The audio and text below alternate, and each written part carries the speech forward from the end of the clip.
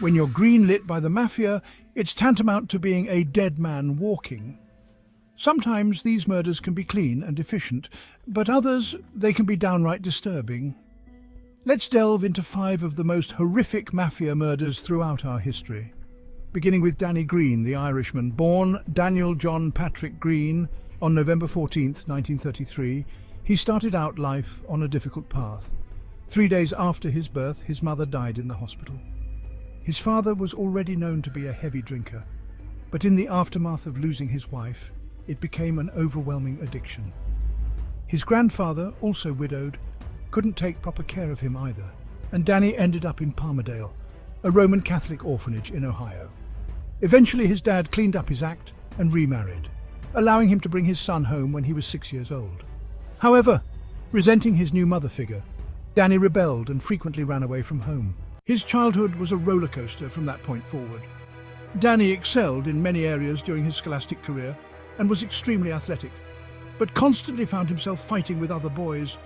As a teenager, the bullying only intensified and Danny was expelled from not 1 but 2 high schools. With graduation out of sight for him, Danny chose to enlist in the Marine Corps. There, his physical skills in fighting and shooting launched him to the top of his class, but his attitude forced him to be transferred many times. Danny received a promotion to the rank of corporal in 1953, but was honorably discharged later that same year. In the early 1960s, Danny Greene was consistently working as a longshoreman on the docks in Cleveland before unions were created by the International Longshoremen's Association, or the ILA. He began reading heavily about his origins, taking stock of his Irish roots and the struggles of his people.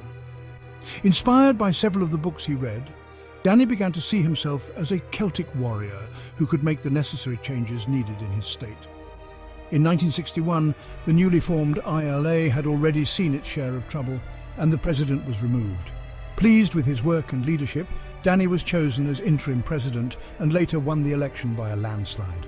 The docks, the unions, the streets, Greene's influence spread like wildfire, attracting a loyal following and drawing the attention of those in power. But his rise was not built on diplomacy and negotiation. Greene understood the language of the streets, a language spoken with fists, threats, and the chilling finality of a gun. With the power of the Union in his hands, the Irishman started to take hold. He immediately raised dues by 25% and forced workers to volunteer and even hand over their checks for a union hall. But most of the money just moved into Danny's bank account. In 1964, his actions gained statewide attention, and investigations were launched. He was eventually removed as president of the ILA and later convicted of embezzling over $11,000 from the union funds. However, his felony charge was later overturned due to the prosecution's mishandling, and his charges were reduced to misdemeanors. Even though Danny Greene would never be able to work for the union again, his management and illegal activities caught the attention of the Cleveland Mafia. Underboss Little Frank Brancato hired Danny and several other Irish Americans to work as enforcers for the family for various underworld actions. Brancato would later state his regrets for ever bringing Greene into the family affairs due to the damage he caused. In one instance in 1968, Greene was hired to assault a man holding out on his payment to the mob. Still new to the enforcer role, the Irishman mishandled the military-grade detonator and barely managed to escape the premature blast with his life. Thrown more than 20 feet from the blast, his right ear was permanently damaged by the explosion, and he only used professionals from that point forward. Invigorated by the thrill of the kill, Danny Greene proliferated with the power of gunpowder. He ordered Art Snepperger to plant a bomb in Big Mike Frato's car in retaliation, but Snepperger had doubts and snitched to Frato and the local police. Undeterred, the Irishman ordered Snepperger again to place the bomb in his car. Reluctantly, Art agreed, but again the bomb detonated early, killing Snepperger instead of Frato. It's widely believed that the premature explosion was purposeful in response to Art's actions against Greene. Frato was shot dead later that year. Greene was arrested and admitted to killing Frato, but in self-defense. In response to Frato's death, a hit was placed on Danny Greene, and while out jogging he was shot at several times by a sniper lying in wait. However, the Irishman turned the tables on the assailant and chased after him with his revolver. The shooter disappeared, and Danny moved to Collinwood, leaving his wife and 3 children behind for their safety. With a new home and fear for his family's safety eschewed, Greene quickly established himself and created a new crew, the Celtic Club. The gang of Irish Americans set up shop in the city, running gambling dens and extortion with young enforcers hungry for a shot. Looking for vengeance, he also partnered with a Cleveland Mafia member eager for new leadership, John Nardi. In an attempt to broaden his reach, Greene and old associate Alex Shondor Birns collaborated to create a new speakeasy with a $75,000 loan from the Gambino family. However, the courier Birns hired stole the money to buy cocaine and went into hiding. When Birns pushed the blame on Greene, things turned bitter. Greene refused to pay for Birns' screw-up, claiming he never received the money, and since he hired the courier, the loss was on him. Birns immediately hired a hitman for $25,000 to end the Irishman, even if Birns was murdered before the deed was done. The inept assassin failed miserably, planting a bomb in Greene's car that was improperly assembled. Danny found the explosive device while refilling at a Collinwood gas station and dismantled it. Initially, Greene took the bomb to a local police officer, Edward Kovacic, who offered protection. The Irishman refused, and instead of handing over the unexploded bomb, insisted that he would return the present to its rightful owner. On March 29, 1975, a C4 explosive was detonated in the parking lot behind Christie's Lounge, killing Birns instantly. Holding to his contract, the assassin planted another explosive in Greene's building on Waterloo Road. The destruction was devastating, but yet again Greene escaped with minor injuries. Shortly after, another bomb was planted for Greene but failed to detonate. Feeling lucky, the Irishman expanded his operations into the vending machine racket, angering many members of the Cleveland family. Members on both sides began dropping like flies, and in 1976, old-school gangster John Scalish died, leaving the Cleveland family in disarray, while simultaneously launching Greene to the #1 contender for control. By the end of 1976, 36 total explosives were detonated in Cleveland. ATF was forced to triple their support in the area, and later would reveal that they believed Greene was responsible for 3 of every 4 bombs that exploded in the city. The Mafia decided to send a message, killing one of Greene's close associates. As Nardi left his usual haunt, the Italian-American club, a bomb planted in his car detonated. The explosion was deafening, a ball of fire that engulfed Nardi's vehicle, sending shrapnel flying in all directions. The force of the blast was so powerful that it shattered windows in nearby buildings, showering the street with broken glass. Nardi never stood a chance. His body was mangled beyond recognition, a gruesome testament to the Mafia's ruthlessness. The message was clear: no one was safe, not even those closest to Greene. This began the back-and-forth battle between the Mafia and the Celtic Club. The assassination of John Nardi marked a turning point in the conflict. It pushed Greene to the edge, fueling his rage and his determination to fight back. Greene, fueled by grief and hatred, rallied his men. He would avenge his friend's death, no matter the cost. Cleveland was living under siege, its citizens caught in the crossfire of a war they didn't ask for. The push for power in Cleveland resulted in dozens of deaths on both sides. Hoping to catch Greene off guard, new Cleveland boss James Licavoli declared a ceasefire to lull Danny into a sense of ease. Seeing through the deceit, Greene used his enforcers to muscle more territory and took control of several gambling operations. Realizing the threat the Irishman represented, several family members colluded to end the problem. The air was thick with cigarette smoke and tension, the clinking of glasses replaced by the hushed whispers of men planning their next move. Greene, his eyes hardened by loss, directed his men with the cold precision of a general plotting his next attack. He knew that to survive he couldn't simply react, he had to strike to keep the Mafia off balance. The bombings continued. Cars were reduced to twisted metal skeletons, each one a desperate attempt to break the other side's resolve. On October 6, 1977, Greene arrived at his dentist's office for a routine checkup. As he exited the building and approached his car, the bomb that was planted under the vehicle next to Greene's exploded. His body, riddled with shrapnel, lay amidst the wreckage, a testament to the brutal efficiency of the mob. The Mafia finally succeeded in killing the man after dozens of failed attempts. After eyewitness testimony and a sketch artist's rendering, Ray Ferrito was arrested and eventually admitted to planting the device that detonated, killing Danny the Irishman Greene. The news of Greene's death spread through Cleveland like wildfire. Some mourned his passing, seeing him as a folk hero, a symbol of resistance against organised crime. Others felt a sense of relief, believing that his death would finally bring an end to the violence that had plagued their city. From flying high off the top ropes to creeping furtively in the shadows, one man's life in the limelight drastically changed when his career ended in the professional wrestling arena. Let's dive into the life of Dino Bravo and pin down where his crossing with the Mafia led to his unfortunate premature demise.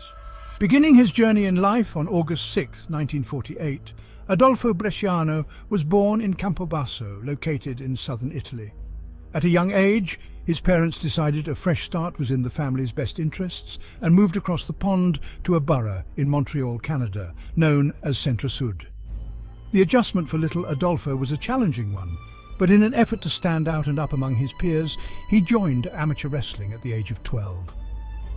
He excelled profusely in the wrestling ring as he grew and launched his career in the early 1970s, taking the stage name Dino Bravo from a former wrestler and childhood hero who was active in the 1960s. Seeing the potential in the young boy, Gino Brito stepped in as a mentor and coach, guiding him on the path to becoming a professional in the field. The same charisma that captivated millions could charm dangerous underworld figures. In the summer of 1972, Dino made his debut, challenging pro wrestler Frenchy Martin in the Grand Prix held in Quebec, Canada. The match was sensational. Both men slapped, slung and slammed each other for several rounds, but when the bell finally rang, Bravo was on top as the victor. Dino Bravo was on top of the world. This catapulted his career and launched him into the spotlight of the wrestling world. He channeled his energy into weightlifting, quickly garnering attention for his raw power. This strength would become his trademark, his ticket to a world where muscles and machismo reigned supreme. He transformed himself into Dino Bravo, a name synonymous with power and athleticism. The wrestling world welcomed him with open arms. A few months later, Dino partnered with friend and mentor Brito to form a duo wrestling team. On November 20th, Bravo and Brito fought their way to the final round at the Grand Prix Tag Team Championship. They faced off against Gilles Poisson and Killer Kowalski, a heavy favourite to win the title. After a long, grueling match that saw dozens of body slams and leaps from the top ropes, Bravo won his first title with his teammate Brito.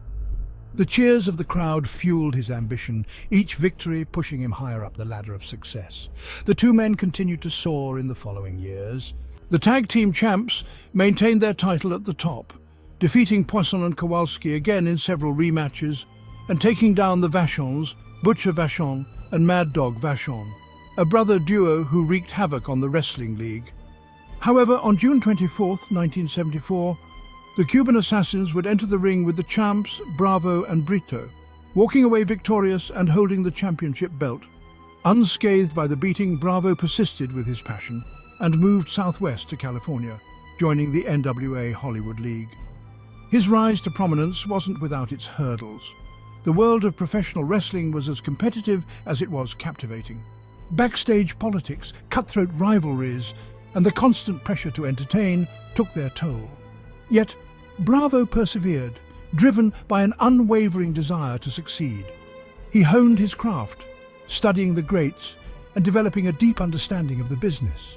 His dedication paid off.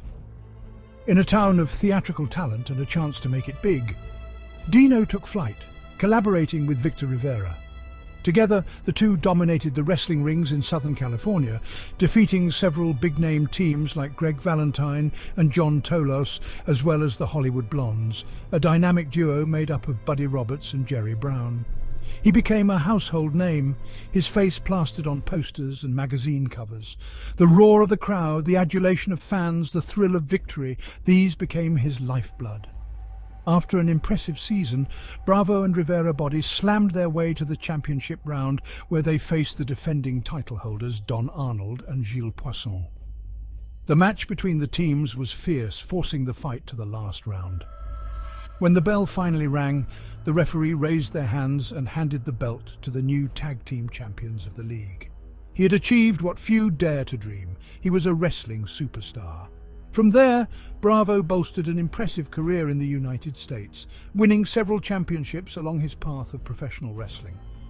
He defeated many major stars during his climb, not only in tag team events, but also as an individual act. After a brief retirement, he returned to the ring across the pond in Europe, where he combined his talent with the Iron Sheik to face off against the Legion of Doom in Sheffield, England. Once the European tour ended, Bravo battled one last time in the ring against Richard Charland for the New England Wrestling Federation. The roar of the crowd was replaced by an unsettling silence. The adrenaline rush of the ring gave way to a void he struggled to fill. He had dedicated his life to wrestling, sacrificing everything for the pursuit of glory. Now, staring into the abyss of retirement, he faced a daunting question. What comes next? Retirement is a difficult transition for any athlete, especially one who had reached the pinnacle of their profession.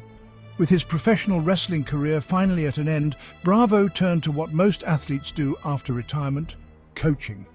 The transition from a world of choreographed chaos to the mundane realities of everyday life proved challenging. However, teaching youths and aspiring professionals to wrestle didn't bring the big bucks that he grew accustomed to over the years. With his bank account dwindling and the idea of his lavish lifestyle disappearing, Bravo turned to a few friends in low places that he made along the way. He started out small, only dealing in the trafficking of illegal cigarettes for the local mob. Dino Bravo, once an infamous professional wrestler who worked with names like Hulk Hogan and the Ultimate Warrior, was now in the pocket of the mafia, transporting tobacco across the northeast parts of the United States and up into Canada. But like most quick cash, it goes fast too. Seeing how well the underground movement of cigarettes was doing, several mobsters dealing cocaine decided to take a stab in the same arena. Initially, Dino denied the proposals he received, content with the cash he was making with smuggling smokes. But the mafia always gets what they want. After months and months of pressure, with the promise of more money than he could count, Dino couldn't decline anymore. It would be the biggest mistake of his life. Just a few months into his new deal, Bravo brought in a shipment of cocaine worth almost $500,000. Doing as he was told, he delivered the package to a warehouse where it was supposed to be picked up by the next courier. Unfortunately, nobody showed up for the shipment and it sat there for 3 days. It's unclear if someone tipped them off or if it was a random check. But the police stopped by the warehouse on the 3rd day and found the back full of cocaine bricks and confiscated it. Dino immediately shifted the blame to the men who were supposed to retrieve the package. Thus the finger-pointing began. But after days of playing the blame game with no results, someone had to pay. With no real mafia connections, the obvious scapegoat seemed to be the former star. Maybe to make a point? Their power was absolute, their reach seemingly limitless. On March 10, 1993, Bravo and his family started the day in their Quebec home, located in Laval. Bravo's wife took their daughter for the day to ballet practice, leaving him behind to watch a hockey game. Several hours later, the two returned to find Dino slumped on the couch, remote still in hand. Thinking at first he just got too drunk, she called to him and approached. The horrific scene caused her to scream. She quickly covered her daughter's eyes and shielded her from the sight. Dino Bravo had been shot in the face more than 15 times. Investigators examined the crime scene and determined that whoever shot and killed Bravo must have known him. There was no forced entry or obscured footprints around his home, leading them to believe Bravo probably opened the door for his acquaintance. It's surmised that the culprit may have stayed a while and watched some of the game with him before ultimately ending his life. No suspects were ever named, and the mystery of Dino Bravo's murder remains unsolved to this day. The man who once thrived on the adulation of the crowd was forced to live in the shadows, haunted by the consequences of his decisions. His descent into the criminal underworld was a stark reminder that even the brightest stars can be consumed by darkness. Being a contract killer for the mafia requires a particular type of person, but being brought onto the family's payroll for establishing a conveyor belt-style method to make bodies disappear is another feat altogether. Journey with us into the blood-stained underworld dealings of Roy DeMeo as we bag and tag his rise and fall within the crime families of the Big Apple. Entering the world on September 7, 1940 in the Flatlands section of Brooklyn, New York, Roy Albert DeMeo was one of 5 children born under his parents, Eleanor and Antonio. His childhood was relatively quiet. However, after graduating in 1959, he immediately began working as a loan shark. Wanting to appear as a regular working man in public, he also worked at a local grocery store, apprenticing as a butcher. In his early 20s, DeMeo was associated with the Flatlands Canarsie faction, a subchapter of the Lucchese crime family. Along with his illegal money operations, he also dabbled in a tow truck and car theft rings. He became so good with his skills that he was noticed by a Gambino family member, Anthony Nino Gaggi. Nino promised DeMeo a much more lucrative life of crime if he switched families, and in 1966, DeMeo made the change. He and Nino partnered up and proliferated in the same endeavors, running numbers and stealing vehicles all around town. Business was so good that DeMeo was forced to hire help to expand the operations. This group of young gangsters became infamously known throughout the city, in the media, and in the underworld as the DeMeo crew. His first disciple, Harvey Chris Rosenberg, was only 16 years old selling weed at a gas station. DeMeo offered to loan him money to expand, and he graciously accepted. By the end of 1966, Rosenberg introduced several of his friends to DeMeo, including Joseph and Patrick Testa, Anthony Center, and Carlo Profeta. With a contingent formed and his profits pilling high, DeMeo decided to join a credit union in Brooklyn as well. Using his influence and power, he was quickly given a seat on the board and started laundering his illegal gains. Not only did he manage to clean all of his dirty money, he funneled the funds of several other drug dealers in the area and even stole money from the union's reserves to boost his loan sharking industry. But as is with most realms, when you start to rise, someone wants to take a shot at you. By the end of 1974, one of DeMeo's grand theft auto partners, Andre Katz, decided he wanted a bigger piece of the profits and launched an attack on DeMeo. The conflict escalated quickly. Knowing he couldn't beat DeMeo, Katz turned to the only person he thought could help, the Brooklyn district attorney. Fortunately, DeMeo had a few detectives on his payroll who alerted him immediately. On June 13, 1975, Roy DeMeo utilized one of his crew members' associates, Questel, to lure Katz to an apartment building under the guise of a date. Katz foolishly accepted and arrived promptly for his rendezvous. As he entered the building, Katz was snatched and moved to a local grocery store. As he was dragged to the back, several members of the DeMeo crew stabbed him repeatedly in the chest and then severed his head. Using the compactor for cardboard boxes, they crushed his skull. After dismembering his entire body and wrapping the pieces in plastic, they dumped the bits of his body around town. A couple of days later, a man walking his dog would spot his leg and alert the police. They were only able to identify the body by his dental records. The Gemini method was now born. The remaining years of the 1970s allowed DeMeo and his crew to hone their skills and perfect this diabolical deed. Coined the Gemini method due to the Gemini Lounge where his subsequent assassinations were performed, the DeMeo crew became masters of manipulation and murder. They would lure their oblivious victims under the ruse of romance. Once the unsuspecting individual entered the room, someone, often Roy DeMeo himself, would shoot them in the back of the head with a suppressed pistol, then immediately stab them in the heart to prevent bleeding. Once completed, the body was butchered and bagged, disposed of in the city dump, to disappear among the overwhelming tons of trash deposited daily. It's said that DeMeo and his crew were responsible for at least 200 murders using this Gemini method. In a push to prosecute the DeMeo crew in the 1980s, a federal task force was formed that was turning members of his crew into informants. Using the info provided, they attempted to raid the city dump to search for the boxes of body parts claimed to have been disposed of.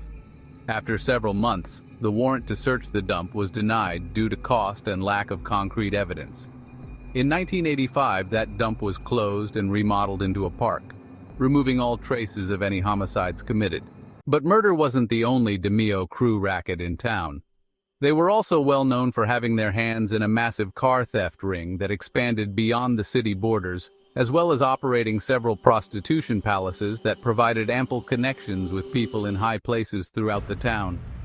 His sexual ventures to a dark turned into bestiality and child pornography, which Nino Gaggi expressed his explicit disapproval of and forbade further operations.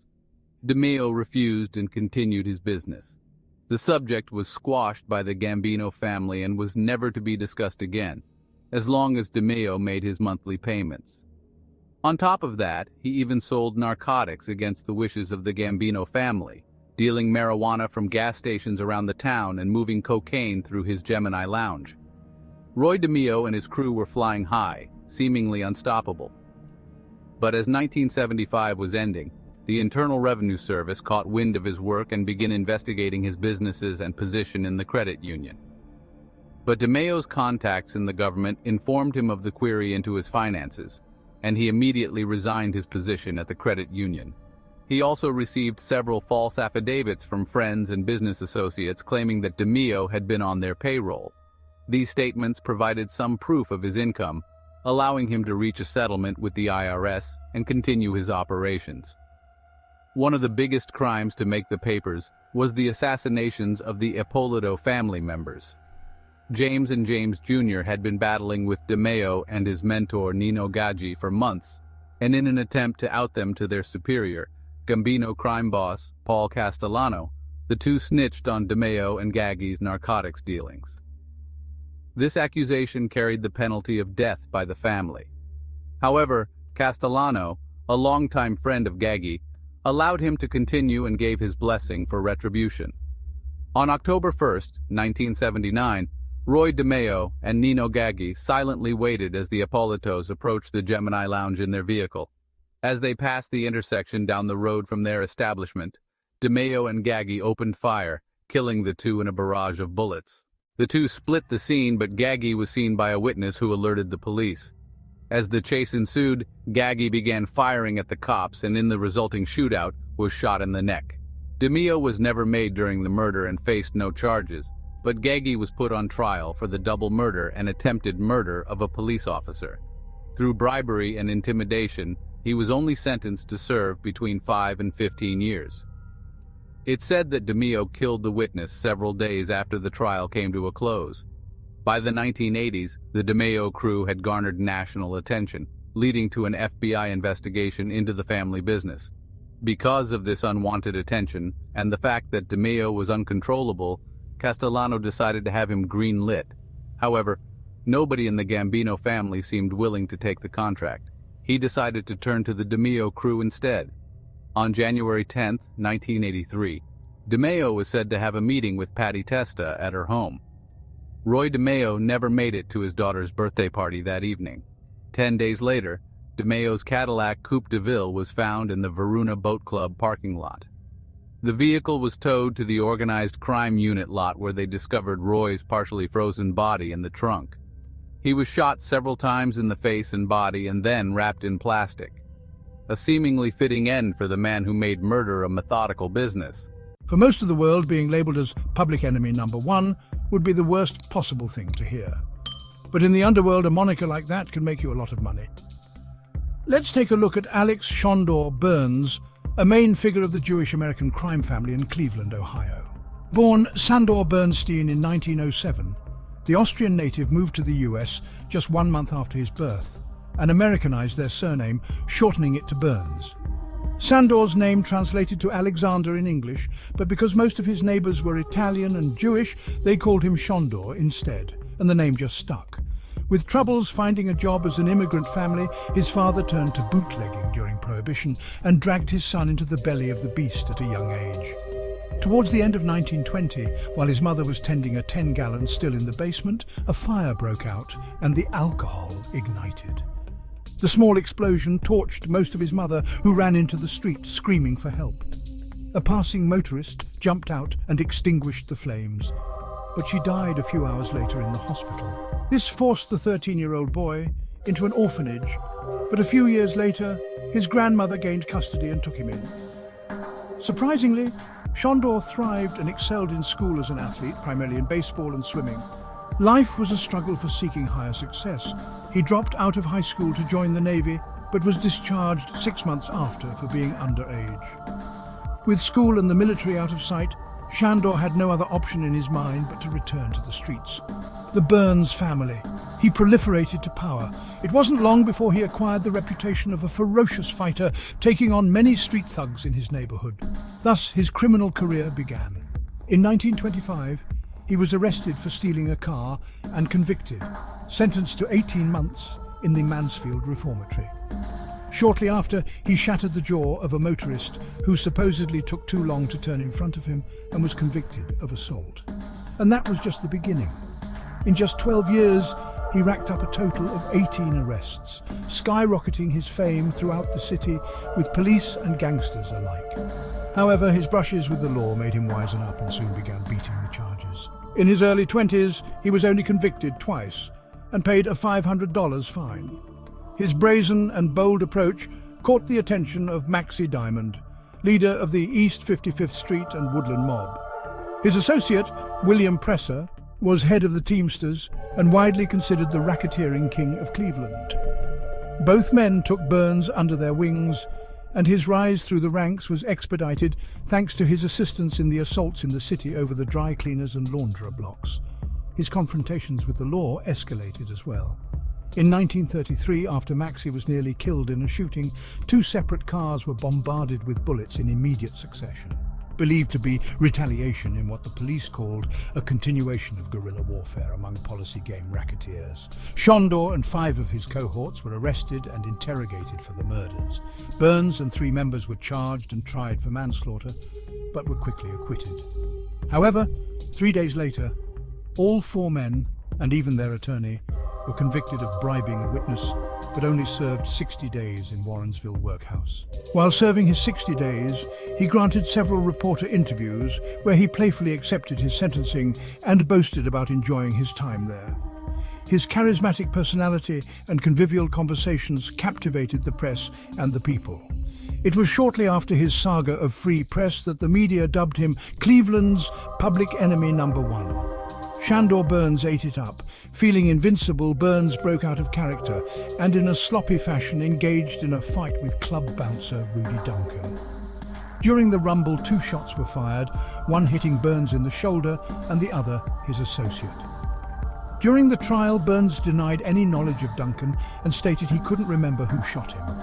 A few days later, while out with his 11-year-old foster son, 2 men approached Duncan's vehicle and shot him 5 times. Police immediately pinned Birns for the hit and arrested him. But yet again, there wasn't enough evidence and he walked. Seemingly unstoppable, Shondor Birns became a powerhouse in the protection racket, being hired by any place of business as a labor consultant. Those who refused would wake to find their car exploded. Eventually, everybody paid for his protection. Not satisfied with just the protection racket, he expanded into extortion in the 1930s, targeting local whorehouses that catered to high-end clientele. These connections, along with the support of the Cleveland crime family, made him untouchable in Ohio. But in 1938, he unwittingly left the United States for a vacation in Canada, and upon re-entry was stopped by Border Patrol and questioned about his criminal history. Unaware of the Immigration Act of 1917, it would take several years before he would regain access to the country he considered home. Finally, in 1944, he returned home to Cleveland and picked up right where he left off. He continued to expand his empire, building relationships with local authorities, judges, and congressmen. His racketeering ring was prospering exponentially, but also caught the attention of local gangs looking to get a foothold. In later years, Birns began having troubles with a few of the local African-American gangs and the numbers game. It was about this time when he was introduced to an up-and-coming star in the criminal underworld, Danny the Irishman Greene. He was brought in as an enforcer, using his unique ability to plant explosives to instantly, loudly, and very publicly execute anyone standing. In Birns' way, his powder keg of a Punisher blasted his way into infamy, widely believed to be responsible for more than 20 bombings in the 1970s. But his relationship with the rising star burned out almost as quickly as it ignited. In 1974, Greene requested help from his mentor in the form of $75,000 to start a speakeasy. When the money was stolen, the relationship deteriorated immediately. Birns eventually hired a hitman to kill his own contract killer, but the attempt was an utter failure. Greene discovered the unexploded bomb and dismantled it. Greene vowed revenge. In March of 1975, Birns was leaving Christie's Lounge the day before Easter. As he approached his car, he saw the group of people congregating in front of the St. Malachy Church. He opened his door and sat in his car. In his charming manner, he smiled and waved just as the bomb detonated. The force of the C4 blasted him through the roof of his Lincoln, scattering bits and pieces of him all over the street. Only his torso and part of his arm remained intact after the explosion. Onlookers were mortified by the amount of blood disseminated across the street. Surprisingly, the police initially investigated the local African-American gangs as the culprits instead of Danny Greene. After months of searching and no evidence found, they turned to other outlets. Later, a henchman of Danny Greene turned informant, Kevin McTaggart, told the FBI that Greene had contracted a member of Hell's Angels known as Eagle to kill Burns, but he was murdered shortly after while attempting to attach another bomb under a car. The death of Shondor Birns marked the end of an era in Cleveland's underworld. The once powerful Mayfield road mob, weakened by internal strife and lacking its charismatic leader, crumbled in the years that followed. Burns's life and death became the stuff of legend, a cautionary tale of ambition, corruption, and the ultimate price of a life lived outside the law. He was a product of his time, a man who rose from poverty to power during a period when organized crime was rampant and often romanticized. He was a ruthless criminal who terrorized the city, but he was also a shrewd businessman, a master manipulator, and to some, a folk hero. His story, though tragic, serves as a reminder of the seductive allure of power and the devastating consequences of a life lived outside the law. When it comes to getting the scoop on a career-changing story, having connections within the criminal underworld can often lead to intimate details regarding illegal activities and ties with local authorities that should remain hidden. For one investigative journalist, these associations, which posed the potential for a resurrection, ultimately led to his demise. Journey back to the disco days of the 1970s with us as we delve into the life of John Jack Kelly and the Blackfriars Massacre in Boston, Massachusetts. Becoming an investigative journalist requires the utmost persistence and the ability to blend and mingle with individuals of a certain breed. In the city of Boston, where gangsters and guards are intertwined by diabolical deeds, these particular parties are the most precarious with whom to deal. But in the fight to make it to the top, some people will roll the dice in hopes of getting their time in the limelight. Enter John Kelly, later referred to as Jack. This enigmatic and charismatic man had high hopes of being on primetime TV as a news reporter and relished the idea of being elbow to elbow with the men ruling from the shadows. Jack was a different breed of newsman. His beat was the city's crime and grime. He navigated Boston's underworld with a cigarette and a notepad. He was a hunter of stories, chasing them down the darkest alleys, but his pursuit of truth came at a price. Born John Andrew Kelly on November 30th, 1943, in a suburb of Philadelphia, Pennsylvania, he showed an early interest in writing. After moving a few times for his father's job, he landed in Brighton, Massachusetts. By high school, John, now going by Jack, had already written a book called The Sisters and the Kids. It was a comedic short story about life as a kid in school that was published in 1973 by the Boston Globe magazine. After graduating, Jack Kelly joined the armed forces, becoming a soldier for the US Air Force, where he got his first taste of being a live reporter on the radio. After his time in the military and his work as a communications officer on the radio in Formosa, now the island of Taiwan, he moved back to the States and was honorably discharged. Having an appetite for reporting on the air, he began working for WCAS radio for the morning reports in 1968. Jack Kelly hit the ground running and quickly gained a stellar reputation within the journalism community for attacking the big stories head-on. His investigations into Senator Edward Kennedy regarding his involvement in the Chappaquiddick incident garnered him serious credit. His reports were released more than 3 hours before any other station could confirm any story. His career seemed to be on a skyward trajectory, with awards and accolades being passed to him on a regular basis. However, the climb to the top can often send people straight down to the base of the mountain in a heartbeat. After several questionable reports and a well-known political scandal, he stumbled hard and fell flat on his face, metaphorically speaking. Kelly was fired and his career all but quelled. But that didn't stop Jack Kelly from taking one last shot at success. Known to be associated with members of organized crime, Kelly crept quietly into the dark and made new connections with the local mafia families. Desperately seeking the next story to catapult his career back on camera, Jack partnered with longtime friend Vincent E. Solomonte to run the Blackfriars pub. This Irish-themed establishment was the stomping grounds for a variety of individuals with a sordid past. and with doubling as a late-night disco, it was a breeding ground for the use and distribution of narcotics. Among these patrons were several members of the local crime families, including Stephen the Rifleman Flemmi and James Martirano, known contract killers in the underworld. Solomonte, the owner of the Blackfriars pub, placed Kelly in charge of the pub and disco operation. As manager of the notorious club, Jack Kelly used his ability to rub elbows with the local mafia in an effort to regain his claim to fame.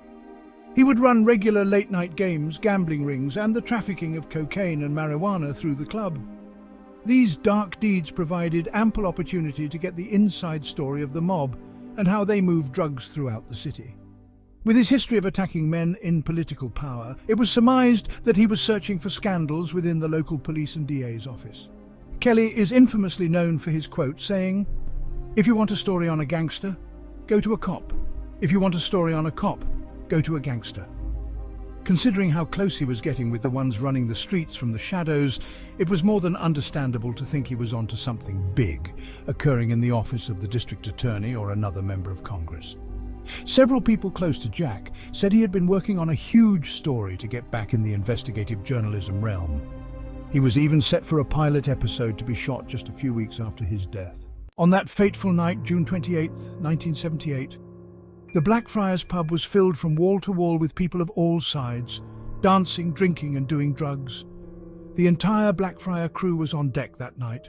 Not only was Jack there managing the joint, but friend and owner Solomonte came out, and 3 other club members attended as well, Charles Megarian, Peter Merith and Freddie De La Vega. The 5 men spent the night partying and playing games. When 2 a.m. rolled around, the club closed shop. But in normal fashion, the owner and friends stayed behind to gamble and party a little bit longer. Their game of choice that night was backgammon. The following morning, the janitor found all 5 men face down in the basement, blood practically pouring through the door. Detectives speculated that the men were ambushed by the culprits just after closing, bursting through the front door and wrangling the 5 guys into the basement below. Jack, who was apparently just trying to find conspiracy connections from the mafia to members of Congress, became entwined in an alleged drug deal gone wrong. It's surmised that the 3 other members of the club, Megarian, Merith and De La Vega, were all involved in a robbery where they acquired several kilos of cocaine. The Suffolk County District Attorney stated he had never witnessed a more shocking crime. When police arrived on the scene, they found all 5 men shot to death in the lower level of the club. Jack Kelly was face down with 2 shots to the back of his head.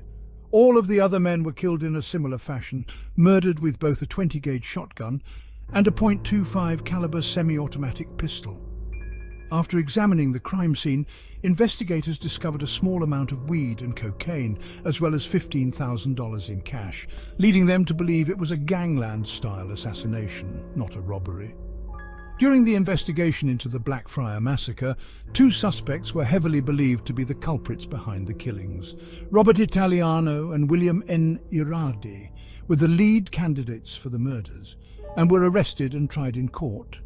However, in 1978, both men were acquitted, leaving the case unsolved to this day. Even though it's widely believed that the hit was from the Winter Hill gang, after it was discovered that owner Solomonte was closely connected to Stephen Flemmi. The Blackfriars pub has been closed ever since the shooting and is now an office and retail shops. Jack Kelly's death sent ripples through the city.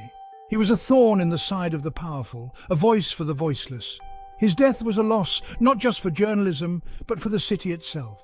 He was a reminder that even in the darkest corners, a single voice could make a difference.